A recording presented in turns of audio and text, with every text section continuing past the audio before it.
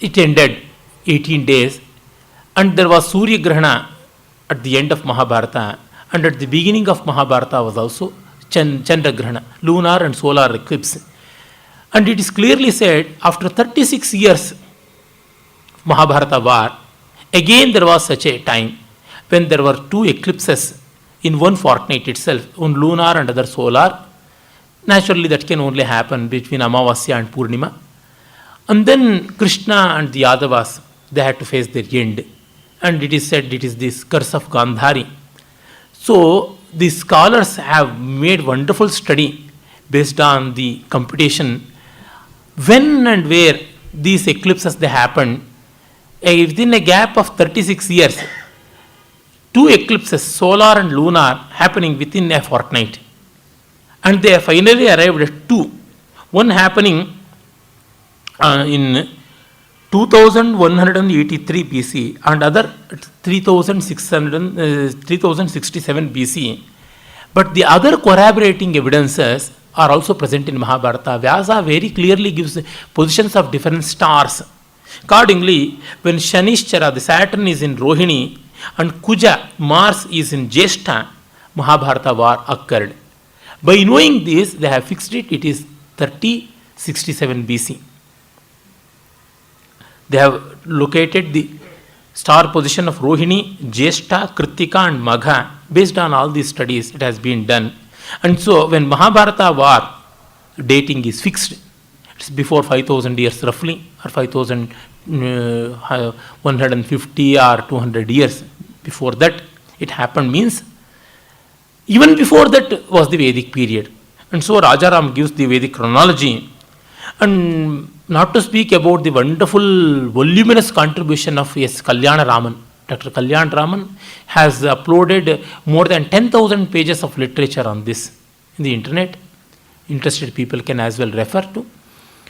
And he gives lot of evidences starting from the pollen evidence to so many things, and also recession of the glaciers. And in the meantime, I should tell you one point also, that is how this ended up. It is clearly said, after the drying up of Saraswati, the great Vedic civilization, it found its end. Why Saraswati dried up? Because of the geographical changes. And we should know, no man destroyed this. It is the nature which creates civilizations and destroys. It is a cosmic Leela. Saraswati had earlier two great rivers as its tributaries. One was Yamuna, and the other was Shatadru. Shatadru is the modern Sutlej. From the northern side, it is the Sutlej, which was the tributary, and from the southern side, it was the Yamuna. And because of the changes in the earth crust, and because of the movements of the constant movements of the plates, and these studies have been done by wonderful people who are well versed in geology. Even today, a great person who is living fortunately, who is in Chamarajpet, if you just go by the Bull Temple Road, at the beginning of Bull Temple Road, near Uma Theatre, you have a corner building, and there is Dr.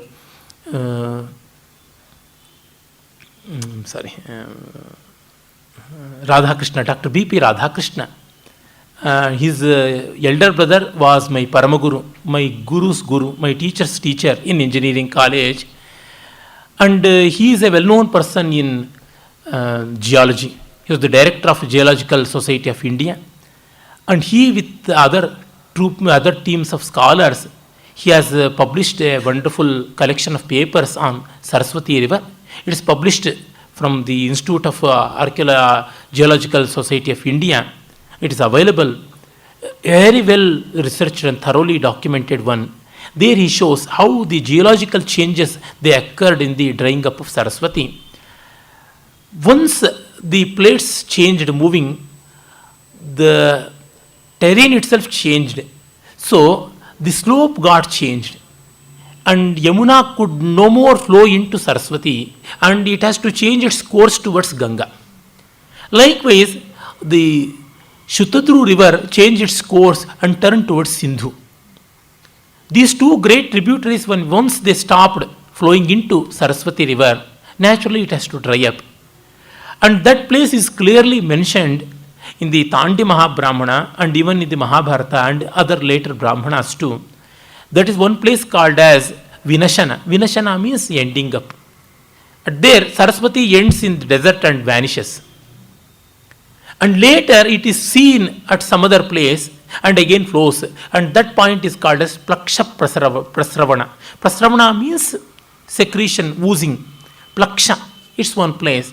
From then, so Saraswati broke into two. At one place it ended, and later, after a certain place, at a certain distance, it started flowing.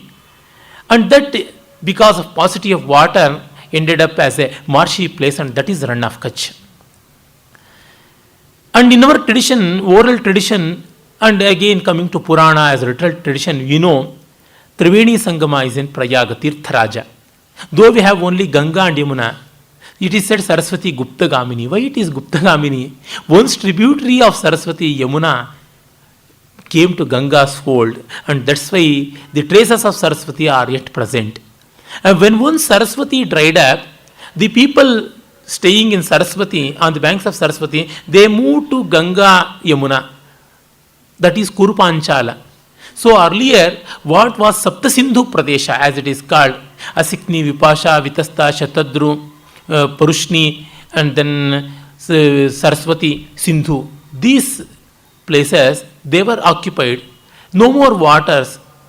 And we know from the satellite photography that maximum number of settlements are found not on the banks of Sindhu, on the banks of Saraswati, all along the course of Saraswati. So the Saraswati, when it's dried up, all the people had to migrate. And that became a great drought later. It's an international drought, intercontinental drought as such. It existed for almost 200 years. And it was affected starting from Ireland to China. That is how the scholars have identified a very vast strip of land suffered this drought. And many civilizations they ended, even Egypt, even Minoan civilization, Cretan civilization, even the Babylonian civilization, all these they had to face a lot of difficulty, it is said. And basing on all these, a chronology has been, dependable chronology has been developed. Our modern civilization started with the end of Ice Age. And that end of Ice Age, perhaps 11,000 BC to 10,000 BC. And that's why in the Vedas we have a lot of references to water flowing, stopped water, checked water in the name of Vrutra, and then flowing and all that. Before Ice Age, the whole area was very, very arid. And once the Ice Age ended, we have melting of the ice, flowing of the rivers, and then natural civilization's development. And that reference is found in Rig Veda. And in Rig Veda we have no reference to deluge. Only in the Yajurveda we have, in the Shatapatha Brahmana. But all the oldest records of any religion, any sacred book, we have the reference to deluge in the very beginning chapters itself. That shows that the Rigvedic people had their origin even before the deluge, even before the Ice Age. End of the Ice Age, by 8000 BC, Vedic origin started perhaps. And Battle of Kings was perhaps around 4000 BC. Battle of 10 Kings, Dasharagni Yuddha. And there Vishwamitra and Vasishtha were contemporary. The third mandala, Vishwamitra mandala, and the seventh mandala, Vasishtha mandala, they themselves indicate. And Rama was student of both. So it indicates Rama existed at the end of Dasharagni Yuddha, when Vishwamitra too was pious. Unlike he having logarithms with Vasishtha, he was a good friend of Vishwamitra, was a Vasishtha, as we know from Ramayana. In the Balakanda itself, we have those references. And it is clearly said in the Mahabharata how the descendants of Rama fought in the Mahabharata war. And by the calculations we know, before 800 years or 750 years ago, Mahabharata, before Mahabharata's war, 750 or 800 years ago, Mahabharata's war, these people, Rama was existed. Because how one generation has to be matched. Perhaps for a generation, 40 years like that, the time is given. Accordingly, backtracing is done. And when that goes on, we will be knowing that the date of Ramayana approximately comes around 4000 BC. And Mahabharata, 3000 BC, roughly we can say.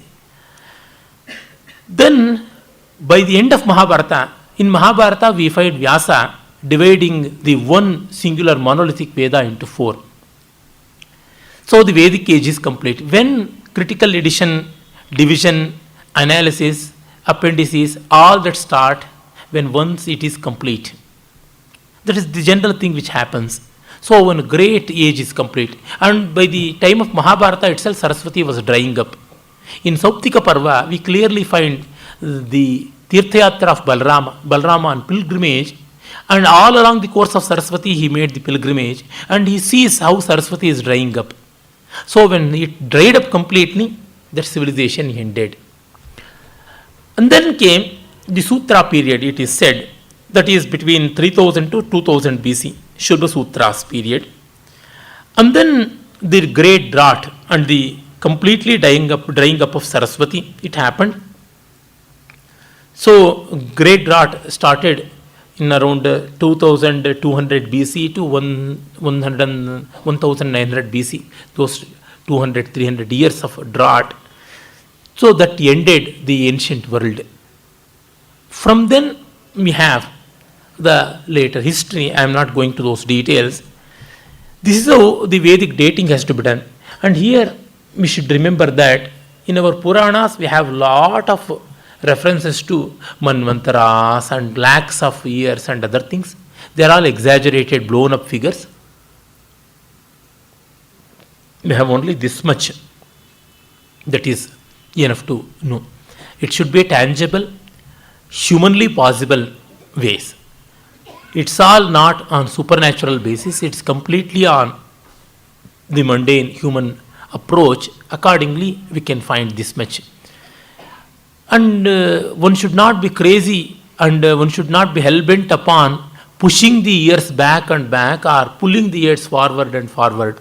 It's all basing on the evidences, we have to say. As on the available evidences today, this has been done. And then we can safely say Padini existed before Buddha. And before Buddha means at least before 7th century. Unfortunately, people like Kanchi, including Kanchi Paramacharya, Jayendra Saraswati, and a host of scholars supported or sponsored by these people, they say Shankara belonged to BCs. It is wrong. Shankara's date is clearly developed, and it has been clearly found out that between between 630 and 662 approximately. He lived for only 32 years. It is mid of or the early portion of 7th century AD, not earlier to that. It has all done by no mean persons like Kuppaswamy Shastri, S. Shrikanta Shastri, Baladev Upadhyaya, and then Govind Chandra Pandey, and many scholars. And beyond doubt, we can as well depend upon that.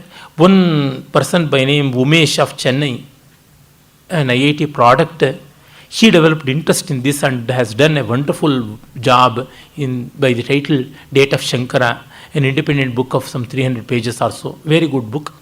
Here also we can find these things. And Kalidasa, it's very difficult to say, but we can as well safely say he was contemporary of Chandragupta Vikramaditya of Gupta dynasty. And Gupta dynasty, whether it belongs to BCs or ADs, is a big question.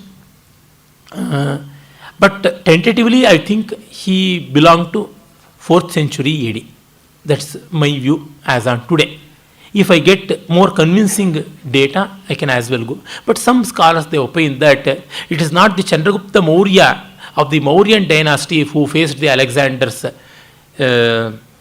chieftain Seleucus. It is this Chandragupta Vikramaditya of Gupta dynasty who faced. But the historians, Western historians, they have manipulated. But I don't think so, basing on the evidences. Because one person from Madhya Pradesh has published a Hindi thesis, Kalidas ki Tithi Parishuddhi, more than 700 pages. He has given 467 evidences to show Kalidasa belonged to Gupta period, that is 4th century AD. It is a very convincing one. Like this, some hallmarks have to be represented here and there, but dating in Indian context is very difficult. With all that, this much is sufficient, I think. And with this, I shall go to the question and answers, and then we shall have a 5 minutes break and end up our session with the 64 arts. I would like to know the points from the primary and secondary sources which disprove Aryan invasion theory. I think I have given sufficient information. And then I was reading Baligundu Nambike from DVG. Generally, it was reflecting the lack of Kshatra due to various reasons over last 2000 years, even before Shankara came in. I am really surprised why learned people did not fight against AAT or AMT. In those days, in the time of Shankara and all, who would fight? No, I mean, there's a context. Okay, all right. Well, that's what we too don't know. For example, I respect Professor Hiriyana a lot, but Professor Hiriyana too has.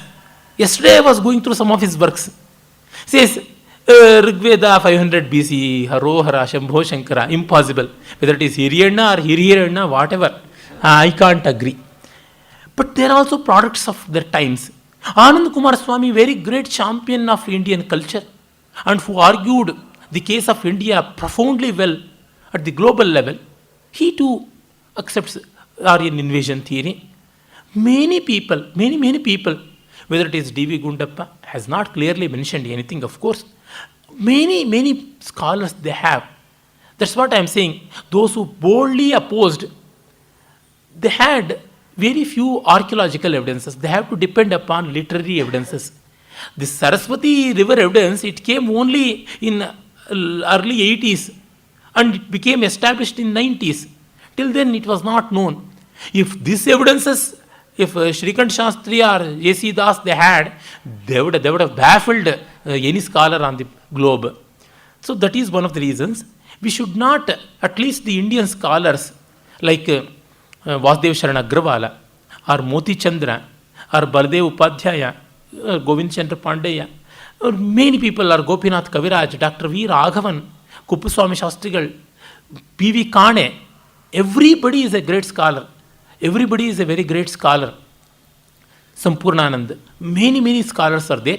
We should not doubt their gifts. We should not doubt their caliber. We should not doubt their commitment to Sanatana Dharma and Indian culture and above all truth. But they had no evidence, perhaps, I think. They were not convinced with this. As we say, I am telling about the date of Kalidasa. I am not yet convinced with the details and the data which is given in favor of Kalidasa in BCs. So I haven't. That doesn't mean I am not fair to my tradition, I am not fair to my culture and other things. This would have happened. But the ways of British and the ways of the pseudo-secularists and communists, it's entirely different. See, no great communist scholar has given any positive contribution to Indian learning, whether it is D.D. Kosambi or Rahul Sankrityayana. You have to look at the venom with which D.D. Kosambi writes. No pertinence, no logic, no consideration, nothing. And all the points can as well be triggered against him. That is so with Rahul Sankrityayana. Rahul Sankrityayana blindly accepts all that is said by Buddha is good. All that is given in the Buddhist sources is honest. But no one source of Sanatana Dharma is good. He clearly says. And Bhagavad Sharan Upadhyaya, very great scholar, but this perversion is there. We have to read books of Bhagavad Sharan Upadhyaya, wonderful books. But what to do? Even D.D. Kosambi or Rahul Sankratyana, they were very great scholars, but they didn't had good intentions.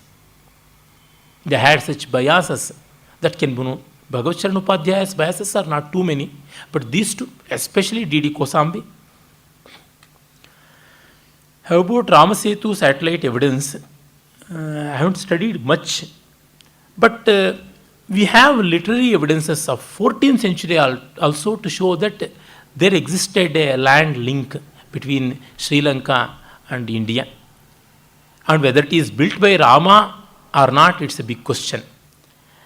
What I feel is, Ramayana is a poem basing on history. So, all the things should never be taken in the literary sense, literal sense. They would have had some way. We don't know the way in which the ocean existed in those days. They would have built some structure or not. To a certain extent, I think that it's man-made.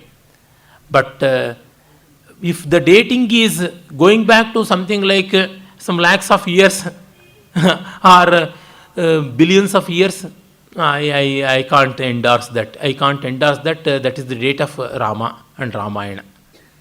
Because it will change the whole way of Veda, Saraswati and other things. And Saraswati would have never flowed before the Ice Age. Only after the Ice Age it started flowing. And hence it has to be questioned like that. Why? Because there are some over-enthusiasts. They are like Rama Parivara, Vanaras. I don't respect them. It's a sort of hysteria. So, the existence of a structure, natural structure, some coral ridge or coral relief like that, it is different from a bridge. Yes, it may be used, it would have been used. But one thing is true, Ramayana's dating cannot go back to lakhs of years. That much is true. I don't know what is the exact dating that they have made ultimately regarding the Ramasetu. What is the date? I haven't got any correct report regarding that. That's why I have no say on that. It's a very interesting question. It is often said that one does everything to be happy, but often doing wrong thing can bring happiness, or doing what is right may be painful. What does the Indian tradition say about happiness as a goal? Of course, by doing wrong things one can be happier. True. But the others will not be. They will come in the way of the people who are happy by doing wrong things. And then they will be naturally led to miserable state of affairs. And that's why my happiness, if it is not harming any other's happiness, then I have a hope that my happiness will not be disturbed. My happiness at what cost? I think I told that happiness is the highest goal, H capital, but not at the cost of anybody. That will be an assurance. Even in spite of having no intervention to others' happiness, my happiness may be hampered at times. When that being the case, the converse will not be true. And then, when doing right things, it will also lead to pain. One thing is true. There is no assurance that good thing will always bring happiness. For happiness, I have to do good things. If that is the thing, okay. By doing good things, I will be getting happiness. This corollary is never true. It becomes business. I shall do good, that's all. By doing karma, I may get fruit or not, but I should not bother and do that. See, I am talking to you. I have a blank mind. I don't know how many of you would pursue these studies and go much further and you do better work in these things. I don't know. But it is my job. It's my prarabdha. I have to do this. That's all. I don't expect anything. I don't expect anything. Like that one can do. Then one person has said, why some of the suktas end with prashna, rudra prashna, aruna prashna in the Yajurveda? In Yajurveda, the division of the sections is like kandas. 7 kandas, and every kanda will have subsections called prashnas, and every prashnas will have anuvakas, and every anuvakas will have panchashat, means 50 words or 50 letters called panasa, hanussu, like that we call pannasa. Panchashat becomes pannasat in Prakrita, and that will become panasa, panasa, hanussu in Kannada and Telugu, like that. So it is the name of the section. Pruchati iti prashna, inquiry. The student inquired and the teacher answered as the Vedic hymns, something like that. And I have written one article itself on the naming of such sections. Why something is called Anhika, Patala, Kandika, Kanda, Parva, like that. And what is the meaning of Sutra, Karika, Bhashya, and then Tika, Vyakhyana, what are the differences, like that. It is an ancient way of naming.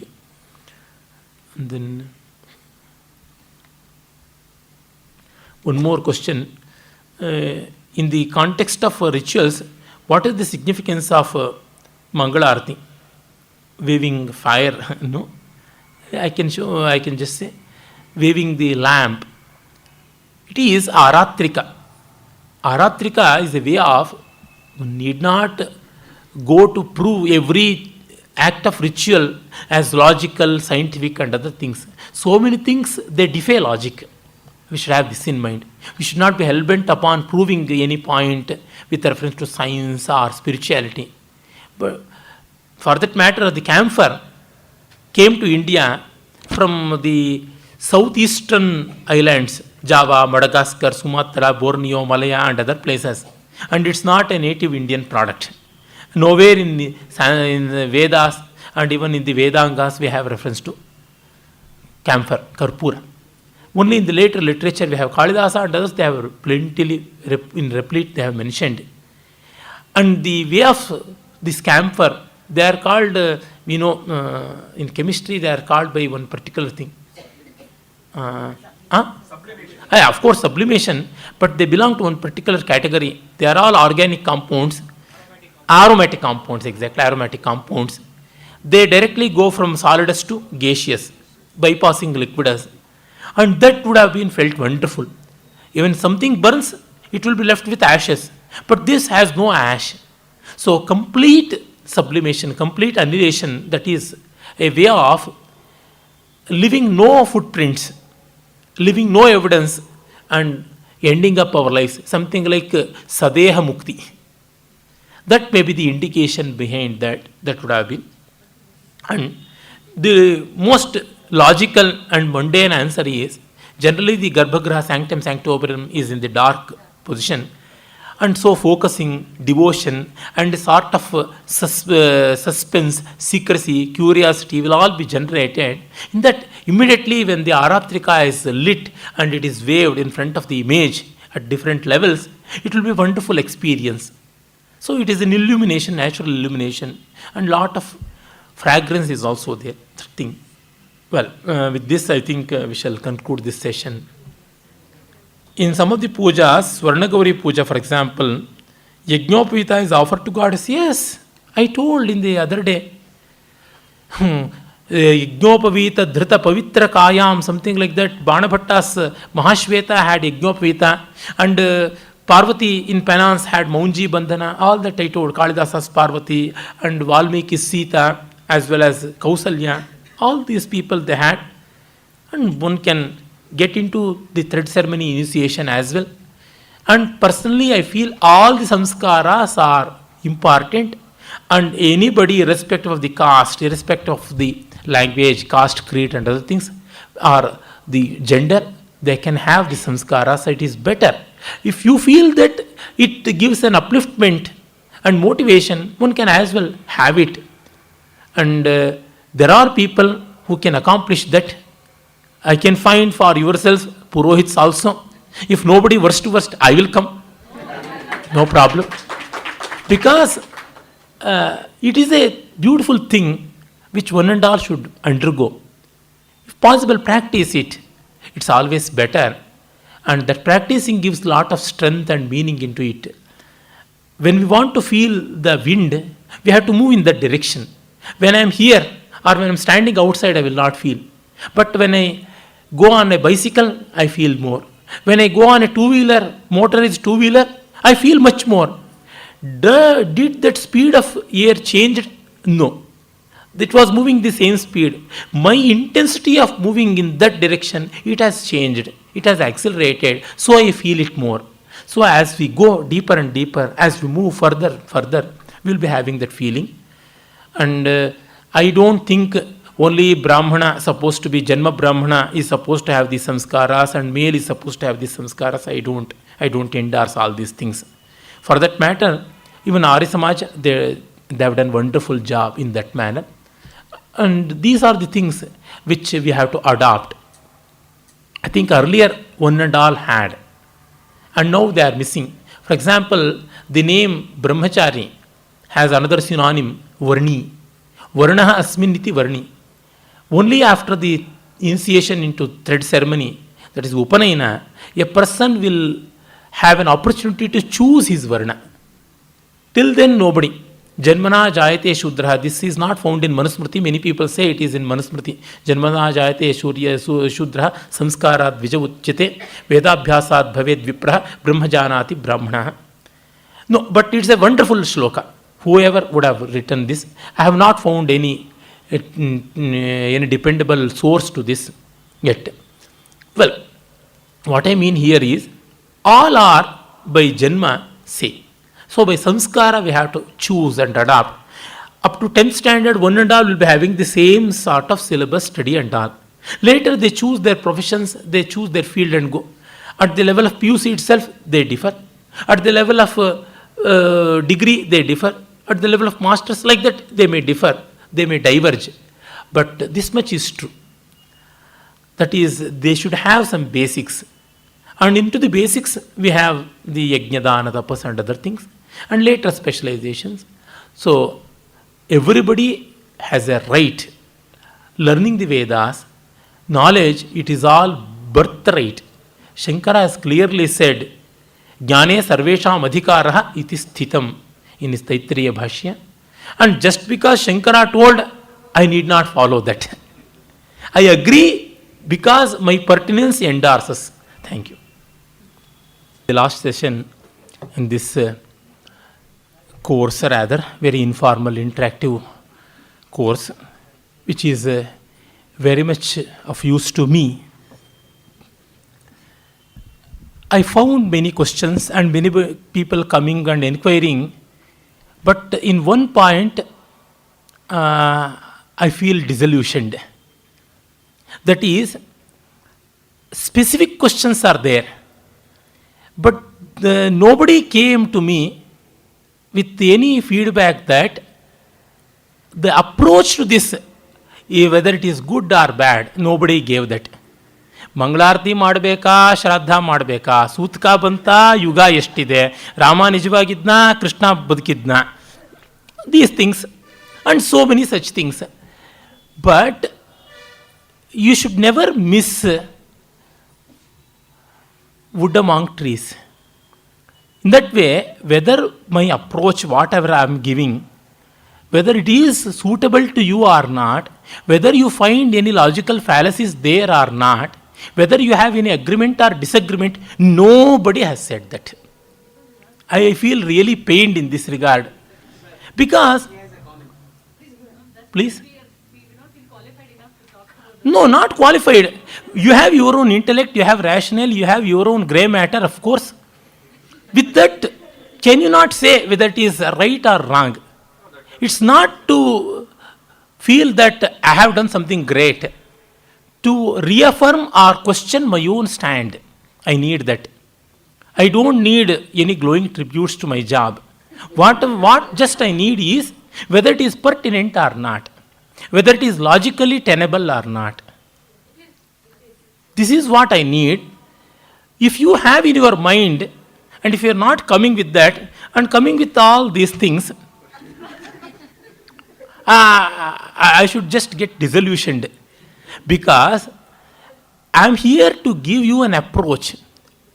I cannot give complete information.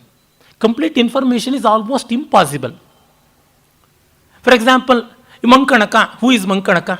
One character appearing in Mahabharata. I am sure none of you here may be knowing that. If you know, thank God. Well, why I am saying this name Mankanaka, who was he and what was he and what he achieved and what not he achieved, it's of little importance than the spirit of Mahabharata. But the approach is very, very important. I told the Aryan invasion theory and its implications, and that approach, it disturbed so much. Even our great honest scholars, they were derailed. Fortunately, their works are not dependent on Aryan invasion theory. The writings of Hiriyanna, or Raghavan, or Gopinath Kaviraj, or Moti Chandra, they are not entirely dependent on this dating and theory. Independent of that, they have so much of use and so much of relevance. If not, it would have been just something like a house built by pack of cards. It would have collapsed. So this philosophy and approach is very, very important. Unfortunately, what I am seeing earlier, before 7 years, I used to think that I am wrong and all people are wise, and so I have to be apologetic in my approach, and that's why I always used to be defensive in nature. And since these 5-7 years, I have become more offensive. I have become more and more critical and saying that the people know little. That's how I come to the conclusion. It's not of arrogance, because the philosophical orientation is more important than the details. Details, of course, they do matter. But more than the details, it's the approach. See, you have to turn to north if you want to go to Rajajnagar. That is the philosophical approach. You have to choose which way, whether Bull Temple Road, or whether it is RV Road, or whether it is Goodshed Road. That is immaterial. One or the other road you will find. You can as well fly also, or crawl, whatever. This approach is very essential. I thought that the younger generation and people coming from different walks of life, apart from the routine, they have some of these things. But again and again, I am disillusioned, and that's why I am not for public talk. I think I should withdraw from these things. I should be content with a small group and such interaction. Well, enough of my grievances. People say the river flowing in the place Mana near Badrinath is Saraswati river. Yes, it is said so. Well, it may be Saraswati river as well. And then it emerges in the Adi Badri near Ambala as the Saraswati river and flows in the plains. Well, I am not going to discuss regarding Aryan invasion theory now. I have the most important thing in front of me, that is about 64 arts. I told about the Ashtadasha Vidyasthanas, and one among them is the Gandharva Veda. And Gandharva Veda includes so many arts. And Gandharva Veda is related to the Purushartha Kama, the third Purushartha Kama.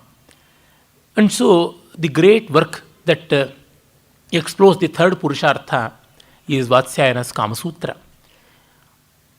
So many things have been misunderstood, and one of the greatest works which have been misunderstood is Kama Sutra of Vatsyayana Muni. Mallanaga Vatsyayana is his full name. Vatsa Gotra. He belonged to the Gotra Vatsa and Vatsyayana, and his name is Mallanaga. There are several Vatsyayanas. Pakshala Swami Vatsyayana is the person who wrote commentary on the Nyaya Sutras, and this is Mallanaga Vatsyayana. Here, in Vatsyayana's Kama Sutra, it should not be confined to a handbook on erotics. It is much more than that.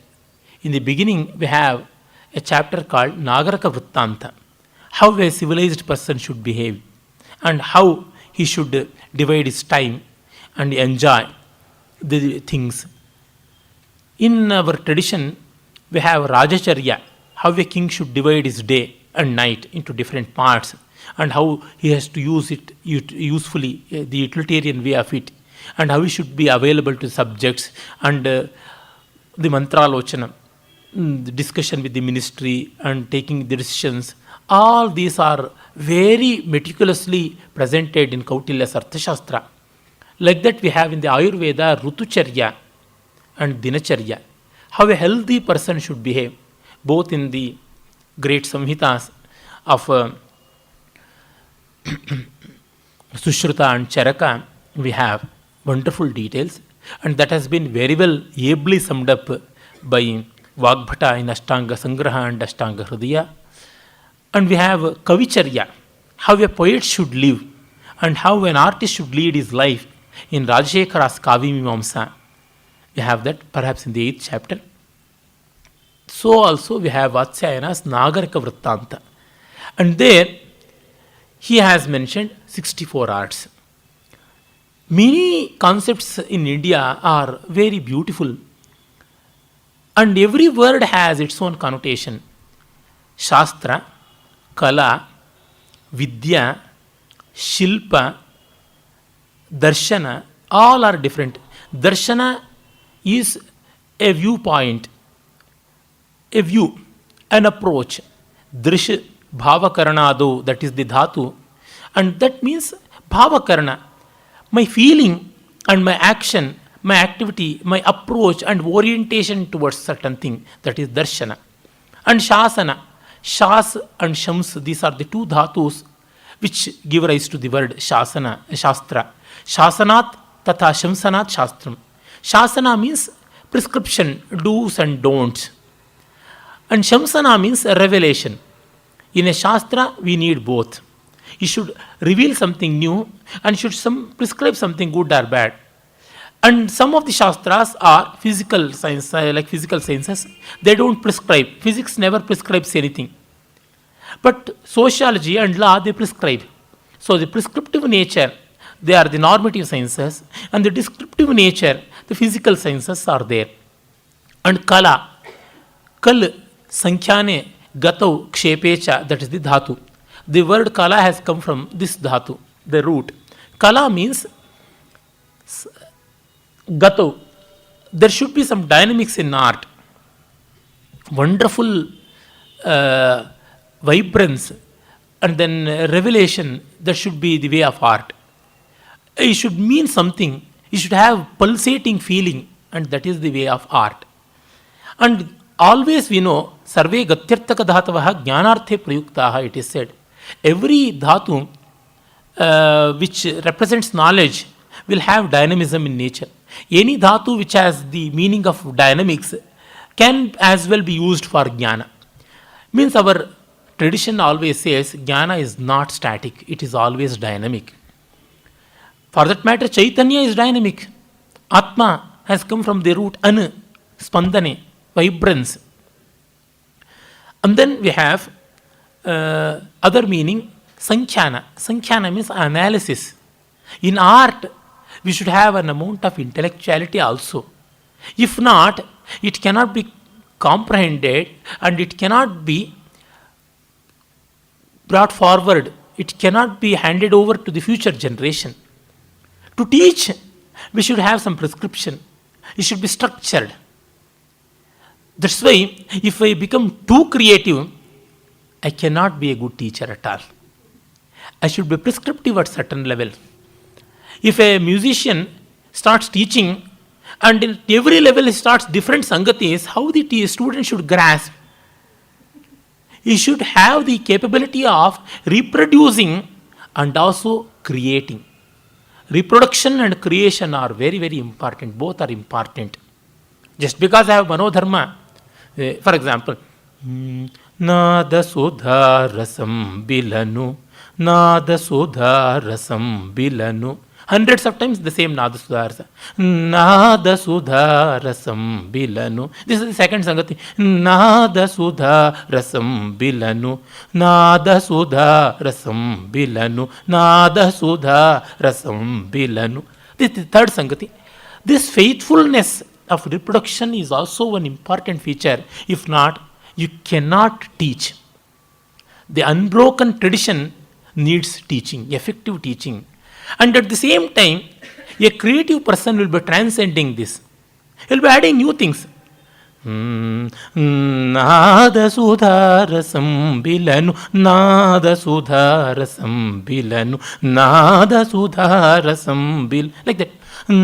నాదసుధారసం బిలను like that. One can go on.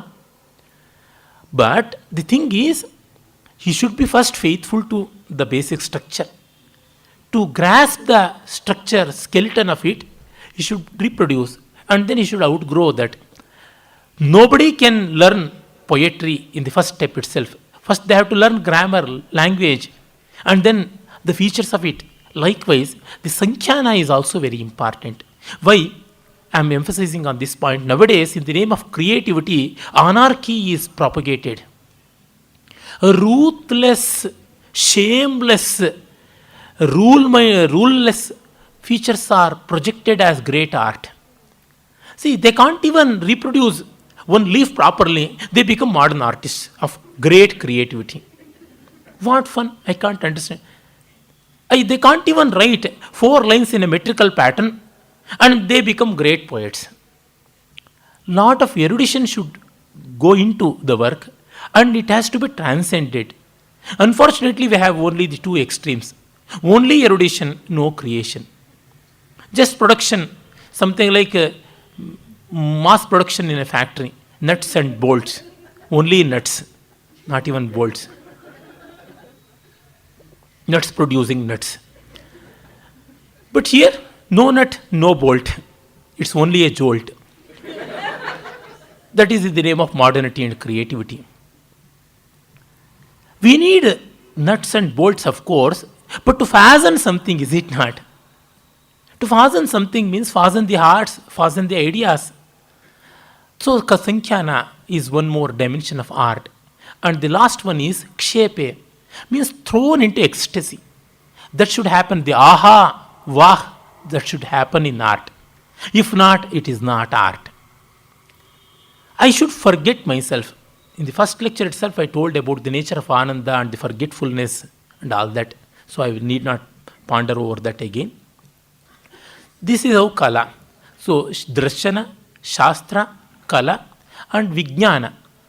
Jnana is, of course, absolute knowledge, and Vijnana, Vishishtam Jnanam, means qualified knowledge. Knowledge beyond qualities and qualification, that is Jnana.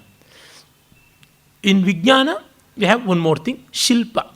Shilpa has come from the root Shil. Shil Samadhu means Samadha, tranquility. That leading to harmony and tranquility, that is Shilpa. So, all these are used in different connotations, and 64 arts, in the name of 64 arts, we have some Shastras, some Kalas, and some as Vijnana, and some other as Shilpa, and we also have Krida. Krida, sport, Khela. Like that, all are included, and so it's a very vast thing.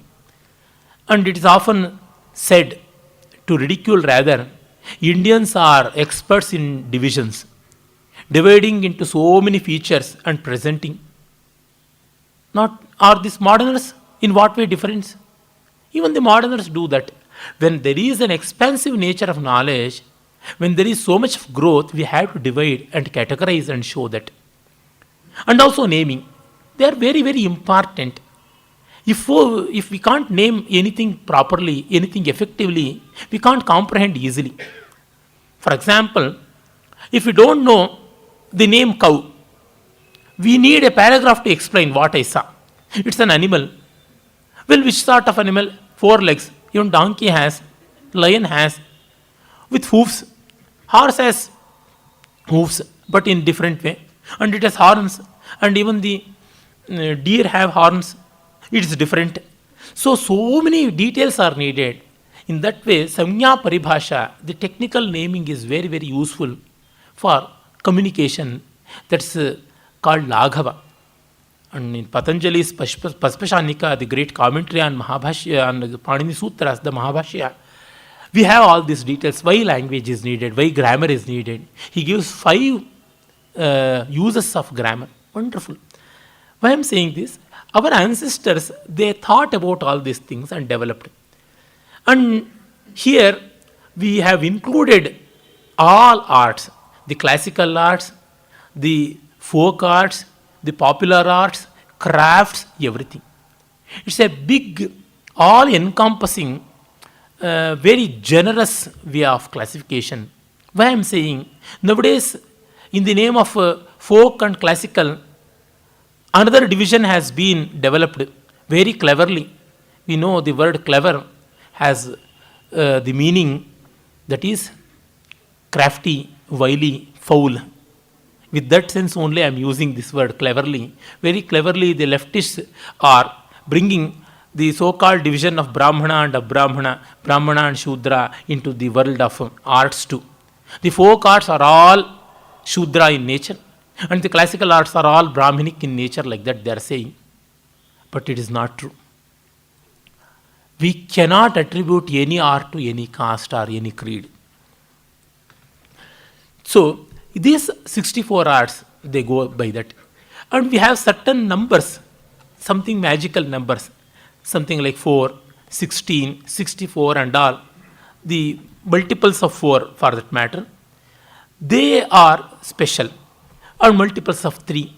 It is a fancy, they are called magic numbers as well. And 64 is one number. There may be more or less. For that matter, though we have 64 arts, we have many other lists also. For example, one list in Lalita Vistara, a Buddhist work dealing with the life of Buddha in a peculiar language. It's an admixture of Prakrit and Sanskrit. We have reference to 86 arts. All these arts were learnt by Buddha. And then we have one more list in the Prabandha Kosha and Shukranitsara. In Shukranitsara, we have 64 in different way. In Prabandha Kosha of the Jains, we have one list of 72. They are called Vidyas in the Jain tradition. I am going to give you, in a comprehensive manner, all the 5 or 6 lists put together. And so, I have made a different classification altogether.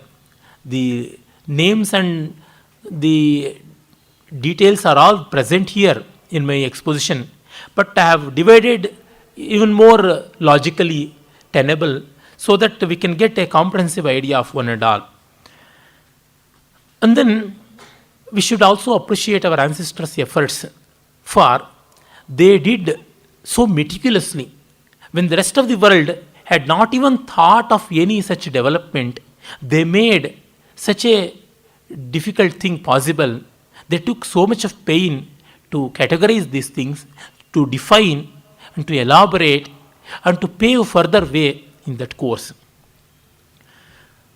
Now, the arts basically divided into 2. Kalas into Charukala and Karukala. Charukala means fine arts and Karukala means crafts. They can also be divided into Lalita Kala, Kushala Kala, Vinoda Kala, Krida Kala, Vanijya Kala, Yuddha Kala and Sankirna Kala. Lalita Kala, fine arts. Kushala Kala, crafts. Vinoda Kala, art for entertainment, light art.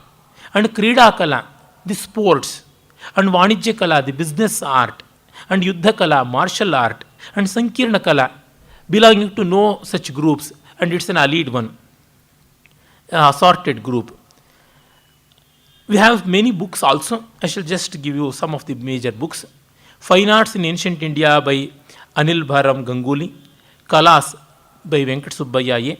Festival, Sports and Pastimes of India by V. Raghavan. Wonderful book. Any writing of Raghavan is very valuable. Shilpa Kalas in Sanskrit literature. Ila Ghosh. Prachin Bharat ke Kalatmak Vinod by Hajari Prasad Vivedi. Very, very wonderful book. Hajari Prasad Vivedi was an embodiment of Indian culture. Raghavan, Hajari Prasad Vivedi, Moti Chandra, Vasudev Sharan Agarwal, K. Krishnamurti, Hiriyanna, Anand Kumar Swami. These are all something like modern rishis. They are unbiased. They are critical and compassionate. They are pertinent and prudent.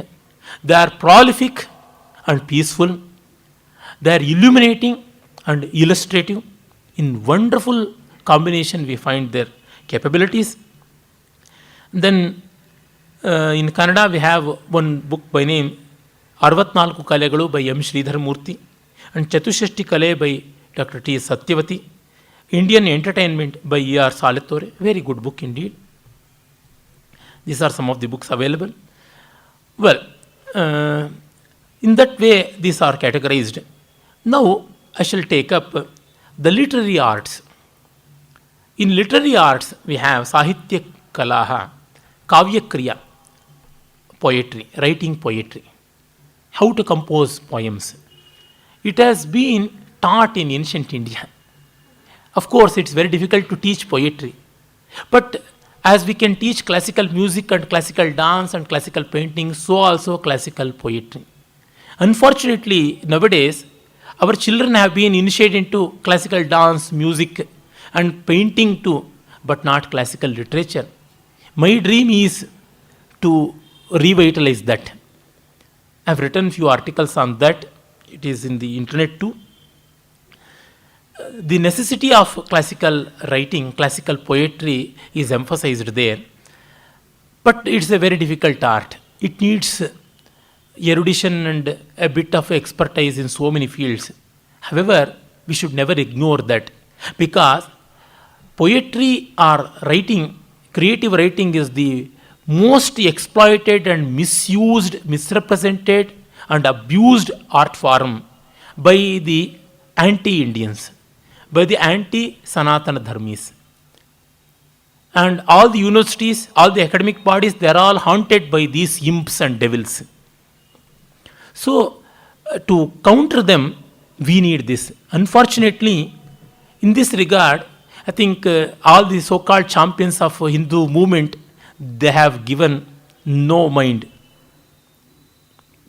Many times I have pleaded, I have argued, I have fought with them.